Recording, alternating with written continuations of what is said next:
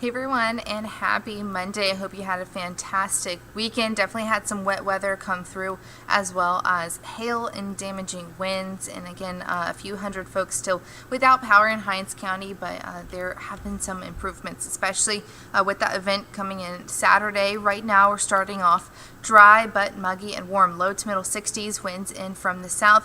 Lots of thick cloud cover out there, and even some spots with fog and some dense fog at that along and south of Highway 84. So again, just be aware of that. We do have our next weather maker in sight. Stationary boundary across the southeast will be our weather maker for today, already causing 2 severe thunderstorm warnings and just a few severe thunderstorm warnings, that is, into southeastern portions of Oklahoma. For our area, we could see storms this afternoon with this same boundary. Upper 70s to low 80s, and we do have a severe risk for today along and north of I-20, talking about a level 2 out of 5 risk south of I-20, with the exception of southern Mississippi, level 1 out of 5. Mostly looking at the timeline of the lunchtime hours through, I would say, about bedtime. Isolated tornadoes cannot be ruled out, but hail is going to be the most likely threat with this golf ball size. So again, that is large hail up to 2 inches, strong winds also upwards of 60 miles per hour. That could be damaging. I would say try to have your car into a covered space day or a garage.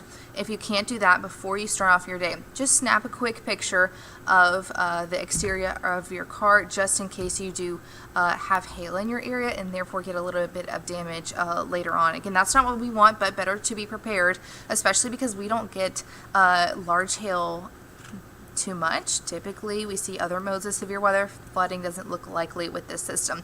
There's a large hail risk for today, especially elevated north of I-20 in that yellow shaded region.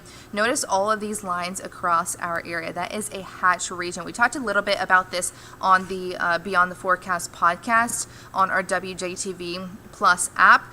And this is a recent change from the Storm Prediction Center in its outlooks. This means that if we see hail in these areas, it's most likely to be upwards of 2 inches in size. So very large golf ball size. Again, if you want more information on what exactly these changes mean with these outlooks, feel free to download on your smart TV, or even listen or watch on Spotify, and I break it down for you there. Again, the name is Beyond the Forecast podcast. Okay, so let's time this out for today. A few spotty showers possible this morning. I think that most of us, though, will be dry.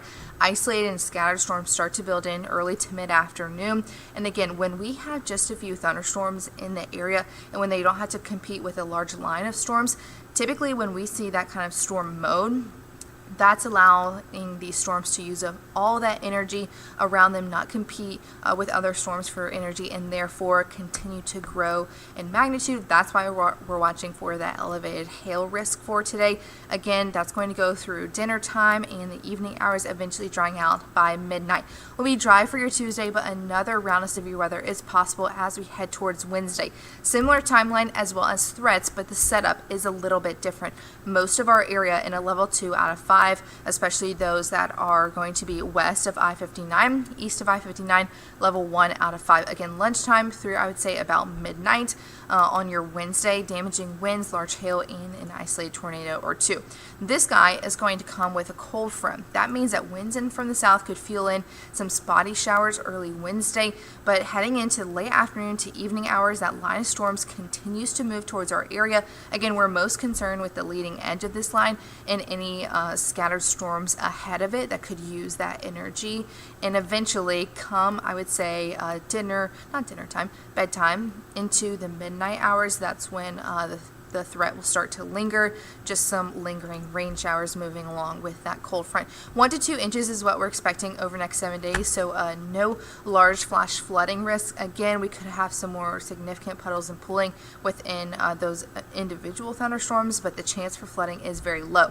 Now, with that cold front coming in on Wednesday, a big cool down is ahead. Cool for Thursday, and we'll be back to below average. Don't worry though, we're going to warm it quickly just in time for the weekend, but notice another cold cold front is expected to come in Sunday into Monday. That's going to bring cooler temperatures back into the forecast, expecting those low 60s once again by Monday. So here's a look at your 8-day forecast. Again, a couple cool mornings, especially through the latter half of the work week. We want you to be weather aware Monday as well as for Wednesday. Again, thankfully, the threat is mostly when we're all awake, but still traveling, picking kids up from school, evening commute. Again, you may not be in a sturdy shelter all the time. You may be in your car, so good idea to get our Storm Team 12 app so we can let you know if there's anything in your area, especially because it moves on location. So if you are commuting home, it's going to change with you and let you know if there's anything in your area along your commute.